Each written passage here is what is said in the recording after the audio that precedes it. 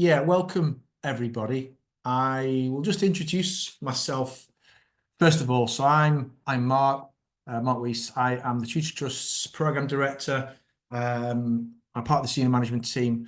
Before that, I was a secondary head teacher as part of a 20-year plus teaching career.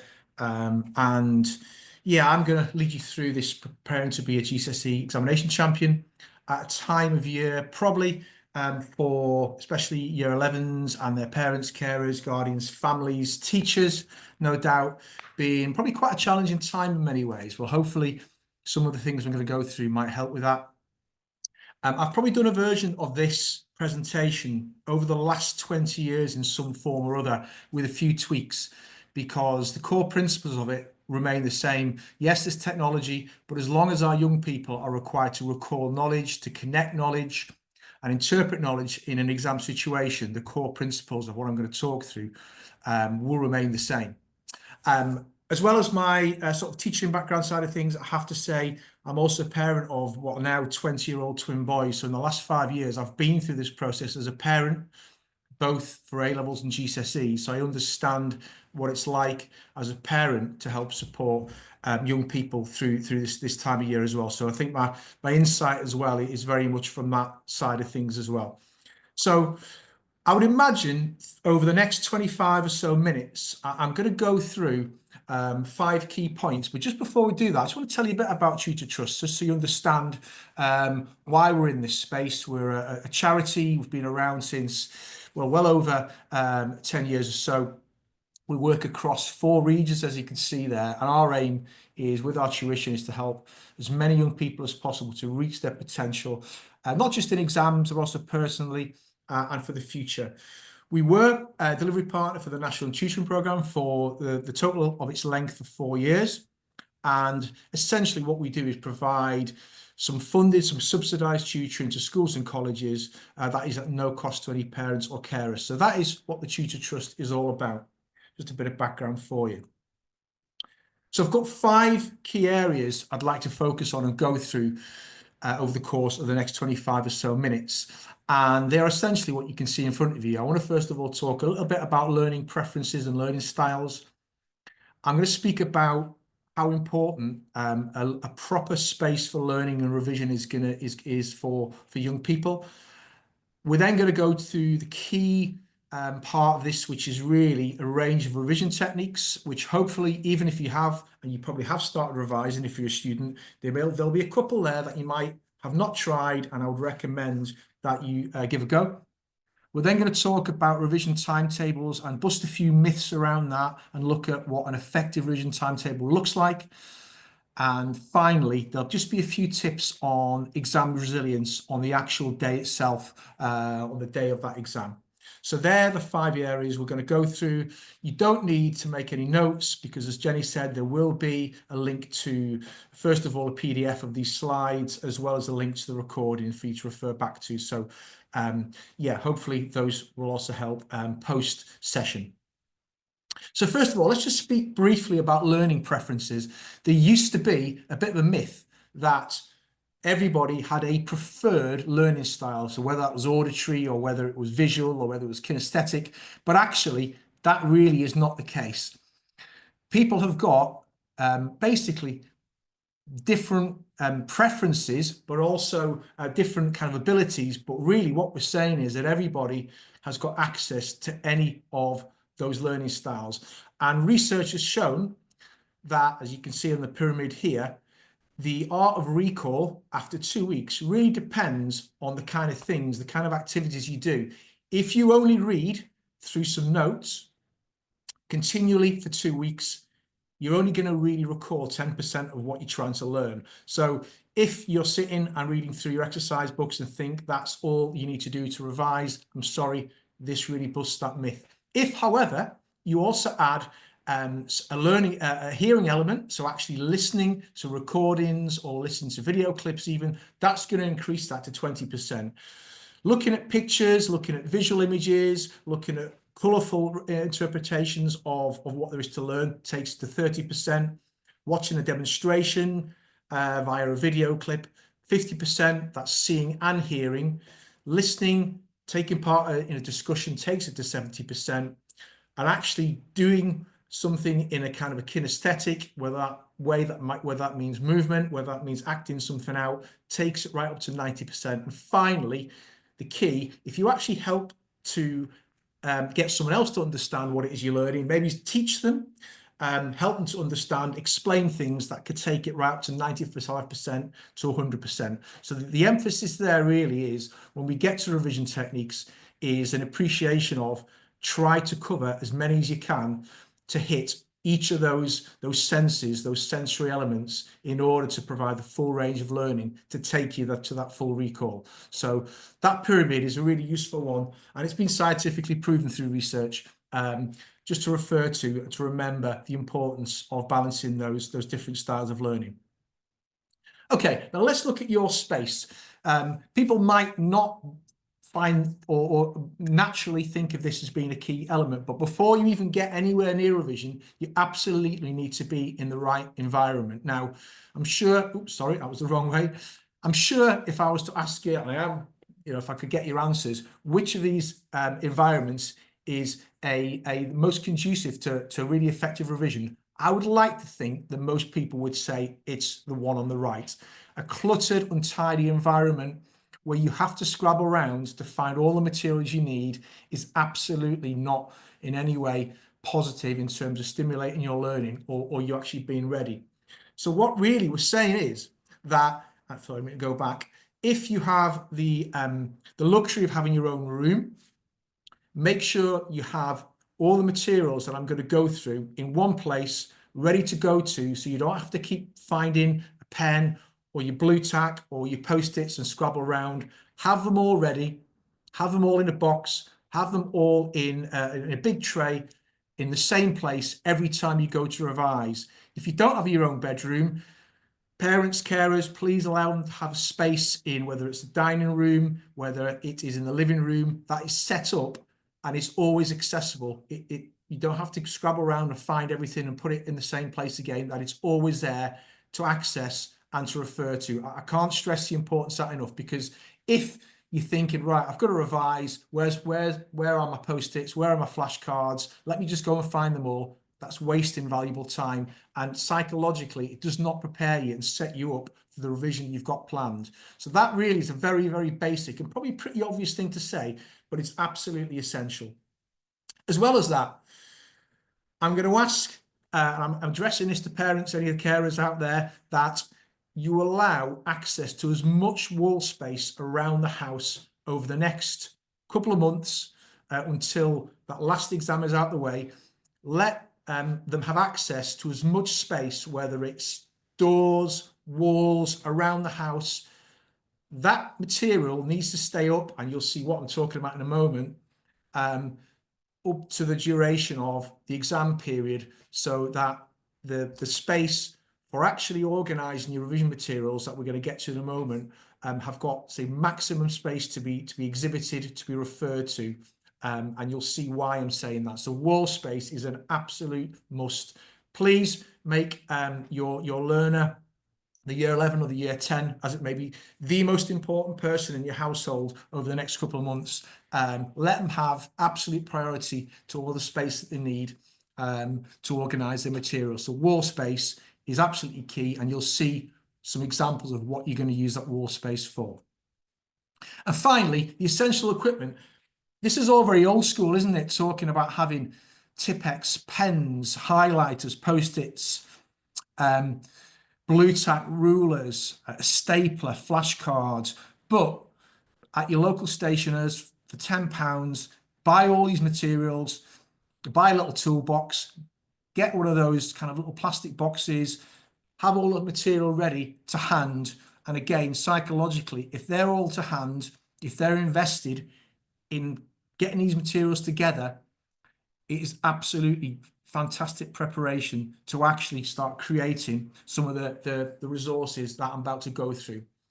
So that was a whistle-stop tour of really talking about the environment to learning, the best environment, and the wall space, as well as having the materials needed for that. Okay, let's dive into what many of you might think is the most important part, and in many ways it is, and that is a range of revision techniques. I'll go through these pretty quickly. I'll try and give examples, but please refer back to these after the session.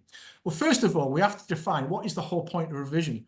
Well, it's there to recall and to connect information that you have to either reference or remember in an exam situation. Now, the best way to recall this is through cues. There might be visual, there might be auditory, there might be sensual. So basically, it is a range of techniques that helps you recall. And a cue is something that helps you associate something with which you're trying to learn. So the point of revision is this whole idea of recalling and connecting. Okay, let's get stuck straight in. I would imagine that most people who, when they get to revising, probably would think about getting a highlighter, getting their exercise book, and starting to highlight what they consider to be the key information. That's fine. That's absolutely okay. And yes, you should absolutely identify with a range of different colours. Come up with your own sort of key, I suppose. Maybe use yellow for quotes, perhaps use a green for essential explanations, maybe use an orange for, it might be dates, it might be certain people's names if it's in history or potentially in science. And yeah, you start off, highlight those key elements that you need to remember. You'll know this from lessons, and certain things will stand out. So I guess your highlighting of notes will be your starting point. I've talked about the colour coding side of things. So that would be step one. That is one that most people, I think, are probably okay with. The next step, I would then say, is using flashcards. You can buy flashcards in lots of different colours. I would suggest that you do buy a range of different coloured flashcards. So again, you can colour code these. You might have red flashcards for the topic of volcanoes and geography. You might use blue ones for perhaps the Cold War in history. Hole punch them in the corners, use those little ties or a bit of string to tie them together. And essentially on the flashcards, you would write, very simply, the stuff that you've highlighted in your exercise books, transfer that to individual flashcards. Perhaps on the flip side, you might have like a little keyword, and the idea is then that either by covering or flipping them over, once you think you've learnt the flashcard, test yourself by turning it over and then check again by flipping back over. There is quite a sophisticated method of flashcards called the lightness system. Hopefully you can see this. Again, I'll go through it briefly, but it's a 4-step process where you have 4 boxes or 4 piles. And once you go through box 1, where all the flashcards are, if you get essentially, or you remember what's on each flashcard, they go into box 2. If you don't remember them or you get something wrong, they stay in box 1. And you move through basically 4 stages of remembering and successfully recalling what's on each of your flashcards. The idea being that they all eventually get to box 4 once you've learnt them all. The ones you know less well, I suppose you would basically need to really learn and go through more often. And you basically dedicate a good bit of time to move those cards up the boxes into box 4. I've gone through that really quickly. Do recap on this when you go back on it, but it just gives a structure to the flashcard technique. And finally, I even did this right up through when I was kind of going through most recent job interviews years back. Post-it notes, stick these everywhere. The idea is that once you've condensed your notes from your highlighted notes onto a flashcard, you would then try to pick out a key word or a key phrase from those highlighted notes to put onto a post-it note. Put them all around the house, the toilet lid, bedroom wall, back of the toilet door, TV even, on the dog's bowl, wherever you want to do it. And basically, there's a 3-step process which then you can work back on. And it's the recall journey.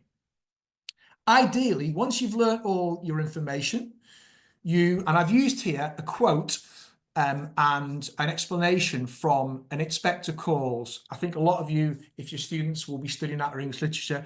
And the idea is, this quote here is all about Eric and capitalism. The idea would be that your little quote about capitalism triggers the more extended notes that you've got on your flashcards, and in turn, what you've got on your flashcards will trigger the even greater element of information that you highlighted. So you're almost working your way back from a minimal quote to what is then a larger piece of information on the flashcard, ending up then with your original highlighted notes. That three-step process, the recall journey, will really, really help you solidify the information. And this is just an example of an English literature quote. You could do this in any subject.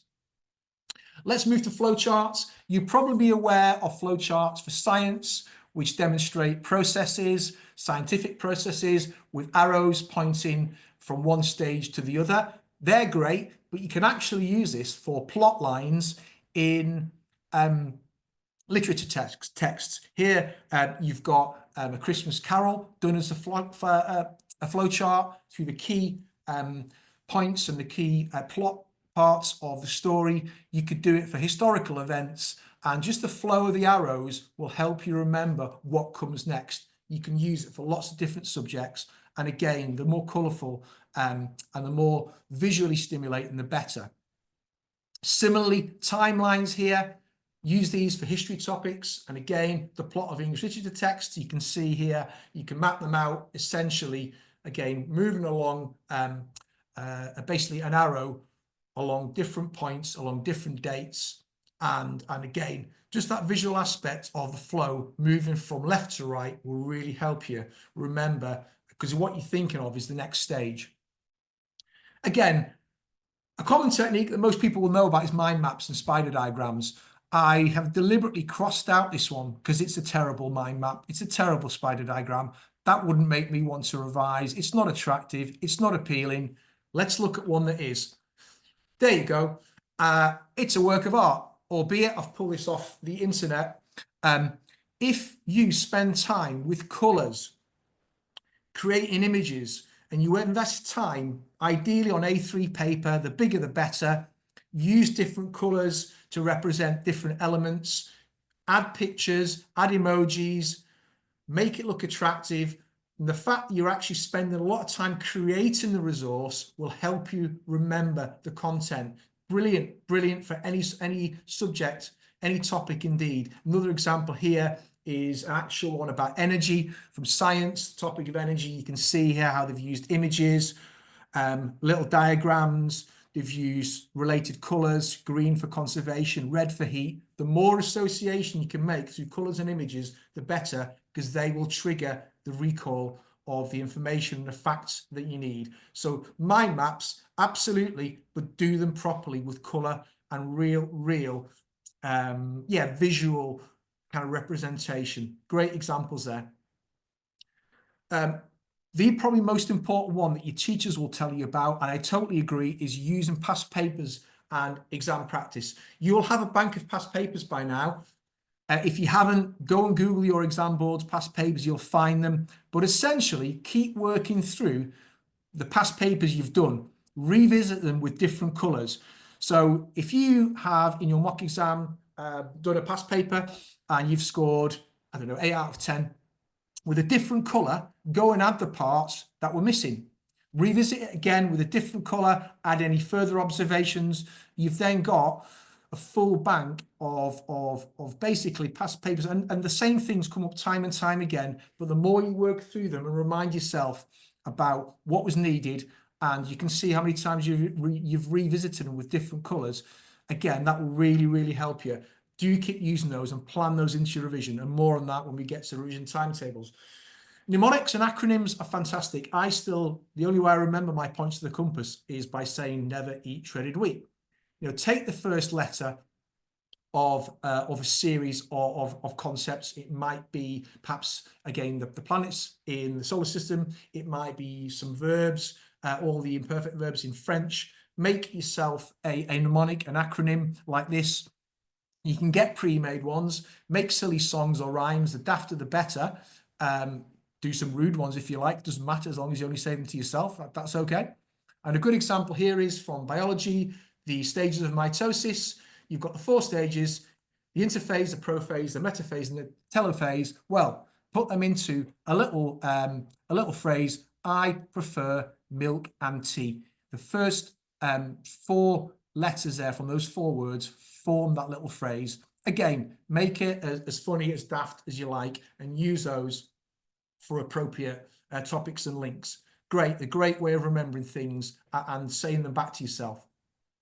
The link system's a popular one. A lot of people like this here. I've done this with an example from the sequence of planets in the solar system in terms of how the increasing distance from the sun. You've got the planets there, and essentially you can put these into an amusing or a sort of an attractive story. So I'm not going to read it all out to you, but essentially Freddie Mercury sings to a goddess, Venus. She picks up some earth, etc., etc. So you build those into a story, and you'll remember that story as you work through it, as you revise it, and in turn, it'll help you remember the exact sequence. Practice it, have fun with it, but that's just one example you might want to use just to guide you. Movement. Okay, so once you have all your post-its around the house, why don't you have them in certain places around the house that you literally walk to, read your post-it or your flashcard, move to the next location, which might be the next might be keyword, it might be key phrase in that topic, and well, that's at the top of the stairs. My next one is at the back of, it's behind, sorry, it's on the bathroom mirror. The next one is on the back of my bedroom door, and you make that journey walking along to see each post-it in turn. Put a timeline on big sheets of A3 paper, have it going up your stairs. Have the stages of the First World War mapped out and drawn on these massive bits of paper along the stairs, and move up the stairs as you read through each of the stages. The act of moving is kinesthetic, and the association of it will also really help you remember it when it comes to it in the exam. Be creative. Recordings, I'm going to come to here, because basically it's a really criminally underused resource. Everyone has got, or most people will have access to a smartphone where you can get a voice recorder, you can download them for free from the App Store, and basically record yourself talking through the key information. If you are doing, I don't know, Macbeth, it's a Scottish play, right? Record the key Macbeth quotes in a Scottish accent. You'll remember them. If you don't like the sound of your own voice, get your friend, get a family member to record them for you, and you can do this with anything.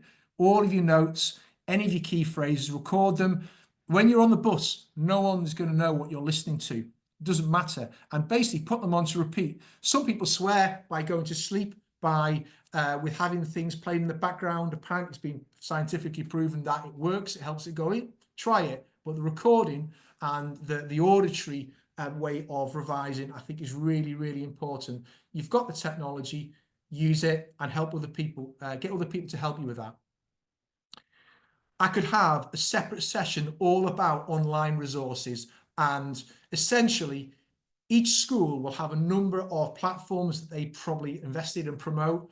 I have suggested 2 here. Revisely is a great one for those subjects that you can see in front of you there on the left-hand side. Absolutely brilliant. It has the different exam boards. Use those. You can create your own flashcards in that. And there's also Seneca Learning on the right-hand side. The free version of it is great as well. It's got all the topics you need on there. Other than that, again, see your school and your teachers will have advised them. A word on YouTube. There's loads of videos on YouTube. I guess it's just being really careful that you are using tried and trusted ones, which, again, your subject staff can advise you on, because not every single YouTube video will be 100% accurate. So just police that a bit carefully. But those 2 sites are fantastic. And finally, while we're talking on revision techniques, the last one is working with friends. I personally like to work on my own. It wouldn't work for me, but actually, have you potentially got a study buddy? Is it someone you can trust who you know you can bounce off in terms of revising? Maybe organise a little revision party, have a pizza, have some quiet only instrumental music, no lyrics, because you'll then end up concentrating on the voice or the singer, and have a bit of a revision party. Why not? That might be a bit cringy to you, but unless you've tried it, you won't know. Be really careful with who you select as your study buddy, though. You'll know who you can work with and who maybe is not. Okay, that was revision techniques. So I know maybe could have spent a little bit longer on some of those. I would advise trying every single one of those and you'll work out which ones work best for you. But variety of them is definitely going to help you achieve that pyramid that we saw before and that maximum recall percentage by using all these different techniques. They've all been tried, they've all been tested, they've all been proven. As I said, they've been being used, most of those, since I started working on this type of thing, and they work time and time again. Most important part before we get to looking at timetable is, yeah, you've done your resources, you've made a timetable, you've stuck to it. How will you know if it's actually working? Well, there's some key pointers here. Yeah, there's the kind of covering information up, trying to remember it, uncovering it, how much have you got? Can you re-record your voice notes from memory? Compare it to the original information. Time yourself doing exam questions. Include questions you haven't done before. Get your family to test you. Again, it's not done enough. Get people to actually test you on the things you've learned. People will gladly help you, especially family and friends. Do that walk along the post-it journey that you've set up around your house or up your stairs. Explain, remember what we said was the one that would take you to 90%, 95%. Explain, teach somebody, explain the concept of, or explain the solar system and the planets to somebody else in the family. See how well they understand it. And finally, yeah, do go online, have a look at those apps that feature multi-choice quizzes. Again, find them, check with your tutors, which is best, but you must always test yourself. Okay, revision timetables. Just a little bit of time on this. Essentially, a revision timetable, it organises when you are planning to revise and what you're planning to revise. There are some key rules to really obey, and I'm going to go through this quickly before you show you an example. You must include all your subjects. Don't be tempted to leave out the subjects you don't like. That is an absolutely classic mistake. Obviously, really, number two, give more time to the subjects that you're less confident with. That is pretty obvious, isn't it? You have to chunk your subjects into smaller topics. It's no use just saying, I'm going to revise English or English literature. Well, which bit are you going to revise on which day? And I'll show you that in a moment. Plan when you're going to test yourself. Use and plan a range of revision techniques. Again, I'm going to show you an example. Plan your times carefully. I would argue that each revision slot should be no longer than 30 minutes. And I wouldn't advocate spending more than 4 slots. That's a total of 2 hours a night on revising. That's 4 slots, half-hour slots. That's plenty. Don't be tempted to pull an all-nighter the night before an exam. It just tires you out and it just gives you sort of brain overload and it doesn't work. It doesn't prepare you well. Do plan your nights off. Have one night off at least a week. Plan your fun and relaxation time. And if you haven't started yet, it isn't too late, but you really, really need to get going. And like I said, you shouldn't be cramming too late into any given evening or night time.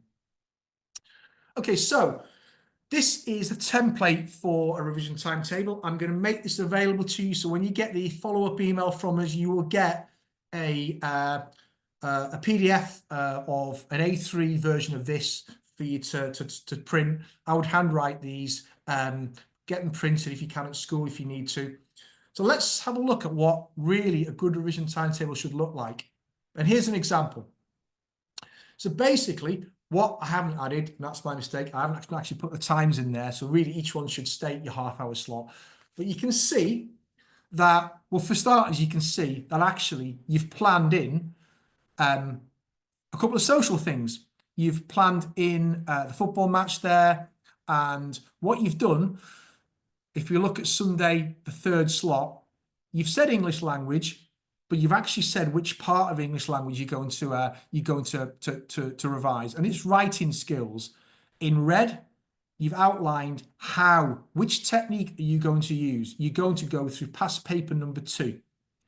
If I look at Monday for science, you've broken it down into compounds, that topic, and you're going to do that via doing a mnemonic, using those, perhaps the first letter from each of the terms to create a little verse, a little rhyme, and you're going to voice record that.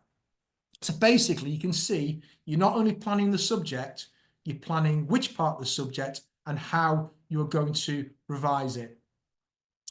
I'm going to play you a very, very short video. I hope the sound works. I know I'm kind of going over time a bit. This is probably going to take us in total to about another 5 minutes, but I hope the sound works. Just have a quick listen to this. What is the forgetting curve? Roll back to 1885 and Herman Ebbinghaus was in the prime of his life. His beard had blossomed into a fantastic set of bristles, and he was busy pioneering an experimental study of memory. His rigorous research method needed only one subject, himself. Herman got to work testing his memory and plotting the results. His findings showed just how rapidly information seeps out of our brains. Within a month, Herman had forgotten 90% of everything he'd originally learned. His findings have since been backed up by neuroscientists. Our brains operate a strict use it or lose it policy when it comes to information they store. In a training context, this is hugely counterproductive. If training is going to drive behavior change, then it needs to stick inside your learners' brains. To make information sticky, it needs to be regularly reinforced. Retaining learning is like watering a plant. If you don't repeat the act regularly, you might lose it entirely. But if you look after it, it'll grow strong roots and stick around forever.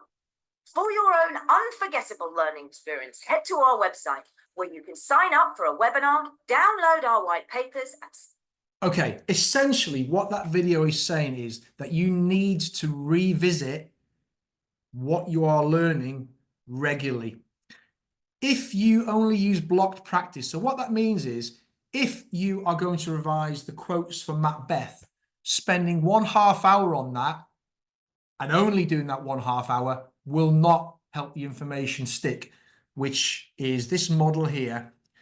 If you are interleaving, basically you will plan to revisit those Macbeth quotes on a regular basis. The idea would be, in an ideal world, is that you revisit those notes or that voice recording or that mind map about Macbeth's quotes, ideally once a week, every week before you get to your actual exam.